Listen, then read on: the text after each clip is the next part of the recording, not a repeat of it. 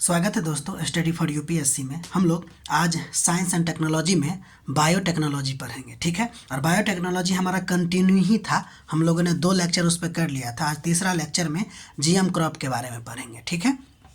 इससे पहले organic farming के बारे में देख लिया था। अब देखिए, जीएम क्रॉप की अगर हम बात करें तो ये जेनेटिकली मॉडिफाइड क्रॉप कहलाता है, ठीक है ना।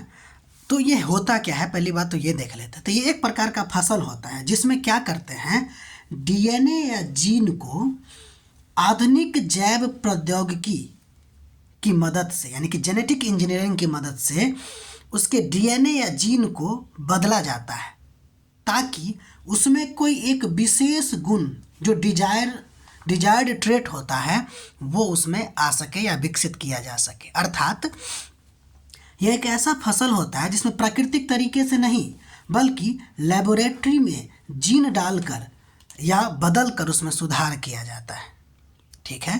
तो ये हो गया जीएम क्रॉप। इसका डेफिनेशन, जीएम क्रॉप क्या होता है, सिंपल, कोई भी क्रॉप लीजिए, उसमें लेबोरेटरी में जाके जो जेनेटिक इंजीनियरिंग के टूल्स होते हैं उसकी मदद से जीन को हटाइए और जो जीन आप डालना चाहते हैं उसमें वो डाल दीजिए, तब जो आपका क्रॉप बनेगा वो जीएम क्रॉप होगा, ठीक है।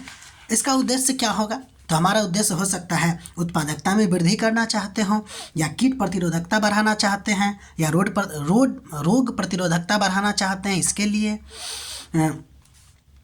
पोषण में वृद्धि हो जाए, इसके लिए सूखा या लवणता सहनशीलता बढ़ाने के लिए इसको बनाया जाता है, यानी तो खरपतवार के प्रति सहिष्णुता लाने के लिए बनाया जाता है, ठीक है। तो इस सब का उद्देश्य होता है। मुख्य उद्देश्य तो आपको ये होता है कि उत्पादकता ठीक ठाक बढ़ जाए और कीट प्रतिरोधकता से भी इसमें मदद मिले, ठीक है। जैसे एग्जाम्पल के तौर पे ले सकते हैं कि टमाटर सब जो होता है वो सब जो नॉर्मल टमाटर होता है वो कितना दिन में खर्चा ख़त्म हो जाता है, बहुत 2 से 3 दिन उसका लाइफ होता है। लेकिन अगर हम जीएम टमाटर बना लें तो उसकी सेल्फ लाइफ जो होगी वो क्या हो जाएगी, बहुत ज़्यादा बढ़ जाएगा। क्यों? क्योंकि उसको जो खराब करने वाला कीट होंगे या फिर जो बैक्टीरिया सब है वो उसको लग के ख़राब करता है ना, तो उसके प्रति प्रतिरोधकता उसमें डाल देंगे ताकि ये जो बैक्टीरिया वायरस है इसको जल्दी मतलब कि सड़ा नहीं सके या ख़राब नहीं कर सके। जैसे उदाहरण के लिए देखिए, बीटी कॉटन को वॉल वर्म से बचाने के लिए इसको बनाया गया, ठीक है। उसी तरह गोल्डन राइस की अगर बात करें तो इसमें विटामिन ए का इनरिचमेंट किया गया, ठीक है ना। तो ये सब दोनों क्या हो गया, जीएम क्रॉप हो गया, ठीक है। तो हमने आपको बताया जीएम क्रॉप क्या है और इसकी क्या उद्देश्य क्या, और आपके पास 2 एग्जाम्पल भी थे, ठीक है। अब आगे बढ़ते हैं, कुछ और बात करते हैं जीएम क्रॉप में। तो देखिए, ये जो जीएम तकनीक है या फिर जीएम टेक्नोलॉजी है वो ट्रेडिशनल ब्रीडिंग से अलग होता है। पहले भी लोग किया करते थे, ऐसा नहीं है। तो ये ट्रेडिशनल ब्रीडिंग से अलग होता है। अब देखते हैं कैसे अलग होता है।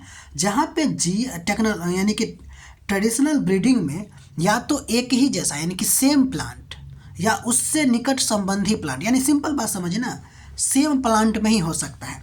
क्रॉस ब्रीडिंग करके पीढ़ियों में वांछित गुण विकसित किए जाते हैं, ठीक है ना। यानी कि सेम टाइप का पौधा है, लेकिन यानी कि सेम टाइप का पौधा है और उस दोनों में क्या किया जाता है, ब्रीडिंग करवाया जाता है और एक नया प्रकार का पौधा बनाया जाता है। तो आपको क्या हो जाएगा, ट्रेडिशनल ब्रीडिंग हो जाएगा। जबकि जीएम तकनीक में हम क्या करते हैं, लेबोरेटरी में सीधे कोई स्पेसिफिक जीन है उसको क्या कर दिया जाता है, इंसर्ट कर दिया जाता है या मॉडिफाई कर दिया जाता है, ठीक है।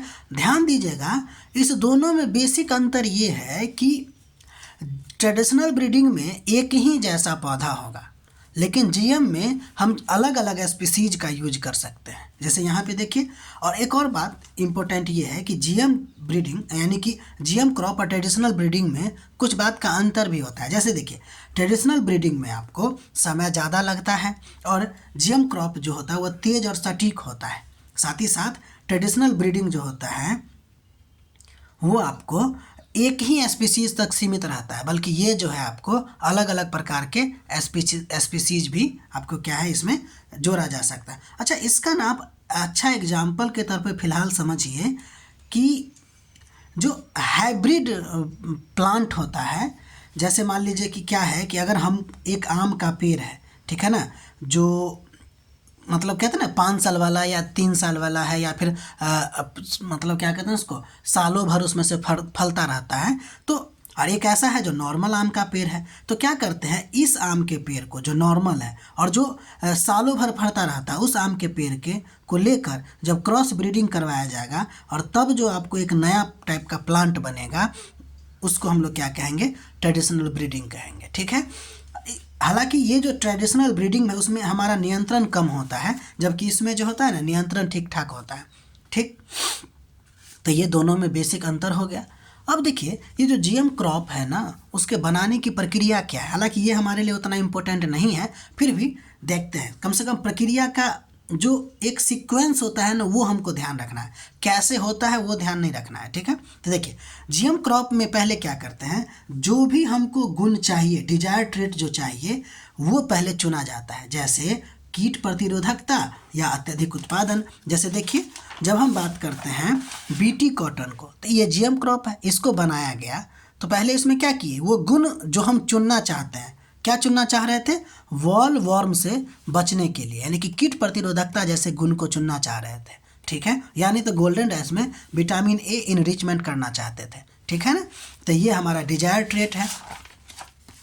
अब फिर क्या किया जाता है, अब उस गुण के लिए जो जिम्मेदार जीन होंगे को डोनर ऑर्गेनिज्म, यानी कि जिसमें ये गुण पाया जाता होगा, कीट प्रतिरोधकता का या नहीं तो विटामिन ए इनरिचमेंट का, यानी विटामिन ए उसमें पाया जाता होगा, वो डोनर हो जाएगा। उस डोनर से आइसोलेट कर लिया जाता है उस जीन को। ठीक है। और फिर इस जीन को एक मेथड होता है जिसका नाम है एग्रोबैक्टीरियम मेथड या जीन गन, इसको भी हम लोग पढ़ेंगे। से क्या किया जाता है, जो जिस पौधा में हमको डालना होता है ना, उसमें डाल दिया जाता है। ठीक है। फिर क्या करते हैं, जीन इंसर्ट होने के बाद, यानी कि जब जीन उसमें चला जाता है, फिर टिश्यू कल्चर की मदद से नया पौधा विकसित किया जाता है। फिर हम लोग टिश्यू कल्चर भी पढ़ेंगे। ठीक है। अंत में जब ये नया जीएम प्लांट बन जाता है, उसको फील्ड में ट्रायल किया जाता है, फिर बायोसेफ्टी टेस्टिंग किया जाता है, और फिर इससे एक सक्षम पौधा बनाने का सुनिश्चित हो जाता है। ठीक है। तो कहने का मतलब ये 5 प्रोसेस आप ध्यान रखिएगा कि कैसे जीएम क्रॉप बनता है। ठीक। अब हम बात करते हैं, हमने जीएम क्रॉप देख लिया क्या होता है, हमने ये भी देख लिया कि जीएम क्रॉप का बनने का प्रोसेस क्या है, ट्रेडिशनल ब्रीडिंग और जीएम टेक्निक में क्या डिफरेंस है, ये भी हम लोगों ने देख लिया। अब हम जीएम क्रॉप बना तो लिए, लेकिन भारत में इसकी स्थिति क्या है, अप्रूव्ड है कि नहीं। तो देखिए, भारत में अभी तक 2002 में बीटी कॉटन को ही क्या किया गया था, अप्रूव किया गया था, और इसी को खेती में उपजाने का लाइसेंस मिला है। बाकी सब ट्रायल में ही है, जैसे बीटी ब्रिंजल हो गए, जीएम मस्टर्ड जिसका नाम है DMH11, जीएम टमाटर, जीएम तंबाकू, ये सब आपको अलग अलग प्रकार के जीएम क्रॉप बनाए तो गए हैं, लेकिन हमारे भारत में इसको उगाने का भी लाइसेंस नहीं है, यानी कि इसको उगा नहीं सकते, गैर कानूनी हो जाएगा। तो भाई अब ये भी देख ले कि गैर कानूनी और कानूनी क्या होता है। तो इसको गैर कानूनी और कानूनी बनाता कौन है, तो देखिए, उसके लिए हमको देखना होगा जीएम फसलों के लिए रेगुलेटरी संस्थान जिसका नाम है GEAC, यानी जेनेटिक इंजीनियरिंग अप्राइजिंग कमेटी। ठीक है। ये कमेटी क्या करेगा, आपको रेगुलेट करता है। इसका मुख्य जिम्मेदारी क्या होता है, तो जीएम फसलों के फील्ड ट्रायल या नहीं तो व्यावसायिक अनुमोदन देना, ये ध्यान रखिएगा। ठीक है। और ये जो आपको कमेटी है जिसका नाम है आपको GEAC, वो आपको ministry of environment, forest and climate change के अंतर्गत काम करता है। ठीक है। तो ये आपको था जीएम क्रॉप के बारे में। हालांकि जीएम क्रॉप में अभी 2 बात और पढ़ना है कि इसका जो लाभ है यानी कि प्रॉफिट, और इसका जो डिसएडवांटेज है यानी कि हानि, उसको भी हम लोग को देखना है, फिर हम लोग आगे पढ़ेंगे। ठीक है। तो इतना आप लोग नोट बनाइएगा। हमारा प्रयास आपको अच्छा लग रहा है तो लाइक कीजिएगा, शेयर कीजिएगा, सब्सक्राइब कीजिएगा। ठीक है। मिलते हैं हम लोग अगले वीडियो में और अगले लेक्चर में। ठीक है।